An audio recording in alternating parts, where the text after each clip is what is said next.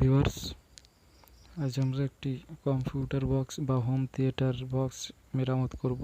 এটা বেজ স্পিকারটিও বাজে না, আবার ছোট দুটি স্পিকারও বাজে না।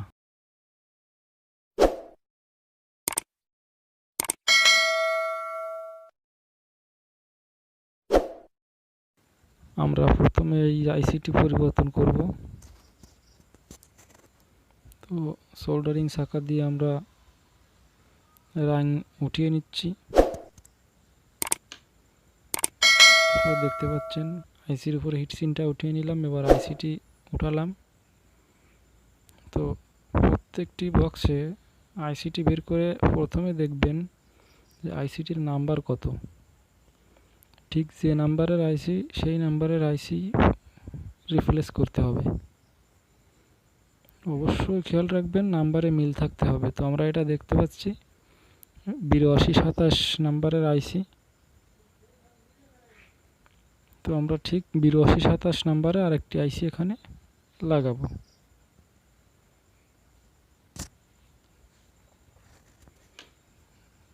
তো আমি নতুন একটি আইসি নিয়ে আসছি। অবশ্যই আইসি লাগানোর পূর্বে এই বিষয়টি লক্ষ্য করবেন, এই বাঁকা দাগ যে প্রান্তে থাকবে, আমাদের আইসির যে প্রান্তে বাঁকা থাকবে সেই প্রান্তে আমরা বাঁকা দাগের ভাষাই দিব। আমরা জানি প্রত্যেকটি আইসিতে একটি করে পয়েন্ট থাকে। আমাদের আইসির এই মাথায় বাঁকা, ঠিক আমরা সেই বাঁকা দাগের ভাষাই দিব, দিয়ে আইসিটি লাগাবো। দেখতে পাচ্ছেন আমাদের আইসির এখানে একটা ছিদ্র আছে, বাঁকা ছিদ্র আছে আইসির মাথায়। তো আমরা আইসির নিরাপত্তার জন্য একটু ফেস্ট দিলে ভালো হয়।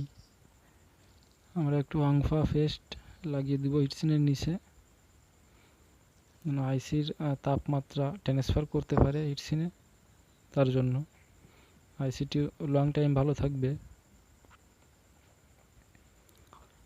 তো আমরা ঠিক একই নিয়মে অপর আইসিটিও পরিবর্তন করব।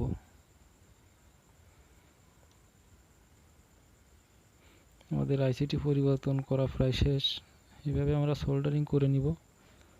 অবশ্যই খেয়াল রাখবেন আইসির এক পিনের সঙ্গে অপর পিন যেন শর্ট না থাকে। প্রত্যেকটি আইসি পৃথকভাবে আলাদা থাকবে। আইসির কোনো প্রান্ত যদি দুটো একসঙ্গে শর্ট হয়ে যায়, তো সেক্ষেত্রে কিন্তু প্রবলেম দেখা দেবে বা না বাজতেও পারে। আমরা অবশ্যই সেদিকে লক্ষ্য রাখব।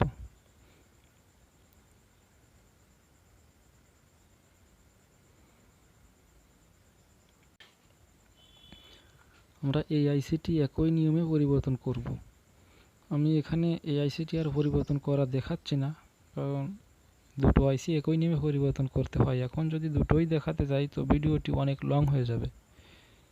তাই একটি আইসি যেভাবে পরিবর্তন করছি আমরা ঠিক অপর আইসিটিও সেইভাবে পরিবর্তন করব। তো এখানে আমি ডিসি 12 ভোল্টের সংযোগ দিচ্ছি। দেখুন ডিসি 12 ভোল্ট সংযোগ দিলাম, আমাদের ইন্ডিকেটর বাল্ব জ্বলছে। এখন আমরা একটি গান বাজিয়ে দেখব।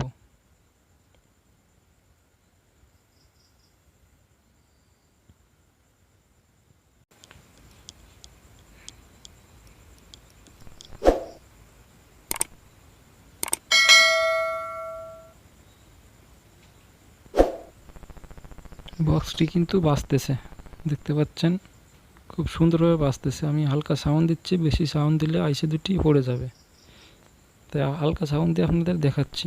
তো আজ এ পর্যন্তই, সবাই ভালো থাকবেন, ধন্যবাদ।